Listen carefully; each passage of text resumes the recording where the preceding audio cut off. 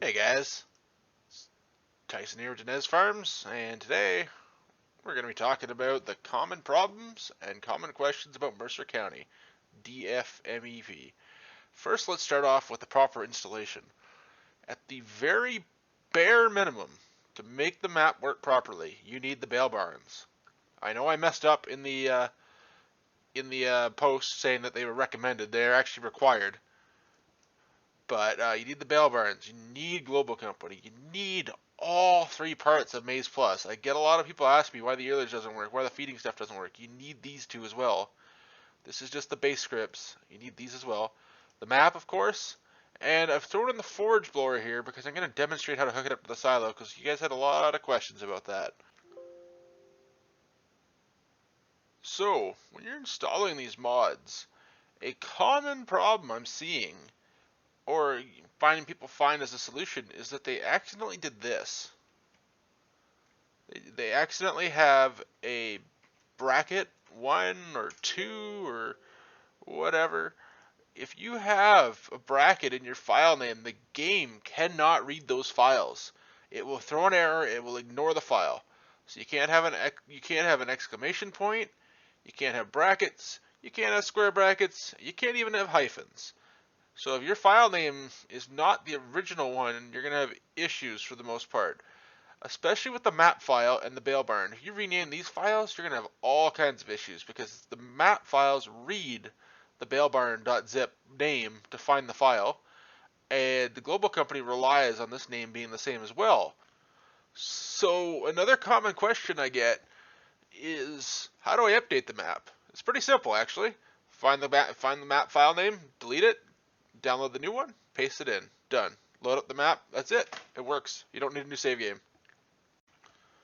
So, it's also very important that the first time and every time you load into the map that the auto load barns are selected and Global Company is selected. If these are ever unselected or the map's just not even started with them, your bale barns will not spawn and your save game will be broken.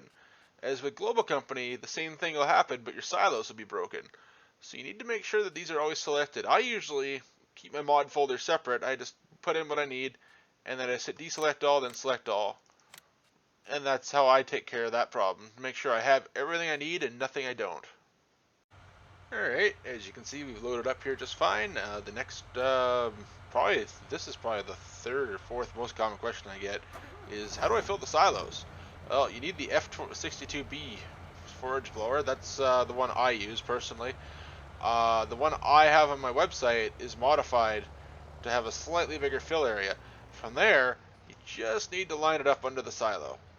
And this might take a little bit of work, but easiest way to tell if you're lined up is if the red is complete, that little red cone at the top there, used to having a gearbox add-on, right there. That's about right. That's close enough. So you got your tractor lined up there. Next thing you're gonna do is just pull on up over here with your forage box. Gotta do it slowly. You'll get it right the first time, and then you'll remember how you did it for every time after that.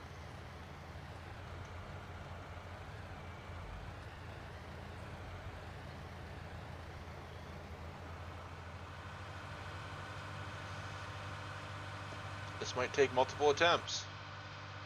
Eventually, you're going to get it right, and it's going to work. Alright, so lining up with the forage blower takes a lot of patience. As you can see here, I have to pull in, then back up. So I'll demonstrate again here. I'll pull out here, and we'll go around, and I will show you guys how I pull up to it. I've done my best to edit this thing to make it easier to fill, but even still, it's a little bit of a trick. But it is in real life as well, and it's kind of the little bit of a bonus to using a bunker silo, assuming you don't mind scooping it out when it's trying to fill the fill the mixer wagon. So you pull up here, and then you put it in reverse, give it a little bit of steering here to bend the front end in, and there you have it. Lined up, hit I, and unload. It's a little off.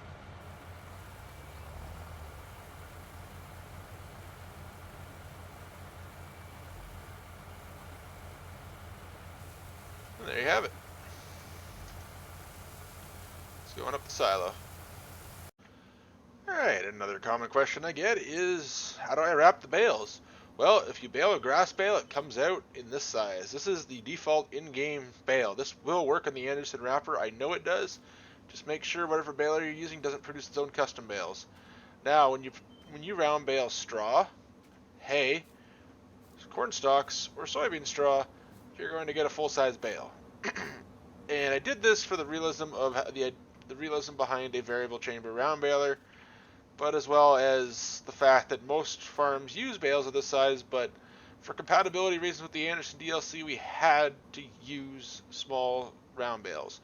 So the next thing we're going to cover are the animal buy triggers and the straw and bale triggers, because I don't think I covered these in the other videos. So quickly showing you guys, if you want to feed a bale to this to the freestall barn here, you just bring it in and you just bring it right there. Now that we're at this farm, the buy trigger's right here, bedding's right here, and if you want to feed them, it's done through this bale ring right here with a bale. If you want to feed them silage or whatnot, it's done over here at the trough thing. So on this farm, feeding and bedding were covered on the miscellaneous tutorial. That leaves only the buy point, which is right here. This farm here has a heifer pen right here. The feed trigger is inside this bale ring. The straw bedding trigger's in there. And any loose stuff goes through the feeder belt there. The buy point's right here at this gate. On the same farm, we got the big freestall barn here. The bale trigger for feeding with bales is right here, and the bale trigger for bedding is right here. The buy point is over here on this cattle chute, like that. This farm was covered under the tutorial for miscellaneous showing the bale barns. The only thing I didn't cover was the animal buy point, which is right at this pen gate right here. So when I recorded the fourth tutorial, I completely forgot to record this part here about the Nutria and Egg Solutions building. Here you have a seed buy point, a liquid fertilizer buy point, a lime buy point, anhydrous buy point, a herbicide buy point, and a dry fertilizer buy point.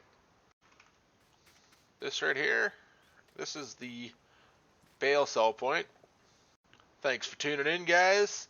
Hopefully this covered all of your remaining questions about Mercer County DFMEP. And if not, leave your questions in the comments and I'll try to answer them as best as I can. But remember to like, comment, share, and subscribe this video, and let's get the word out there, because there's going to be a lot more videos for future maps and future projects coming, as well as all my live streams. Thanks, guys. Have a great day.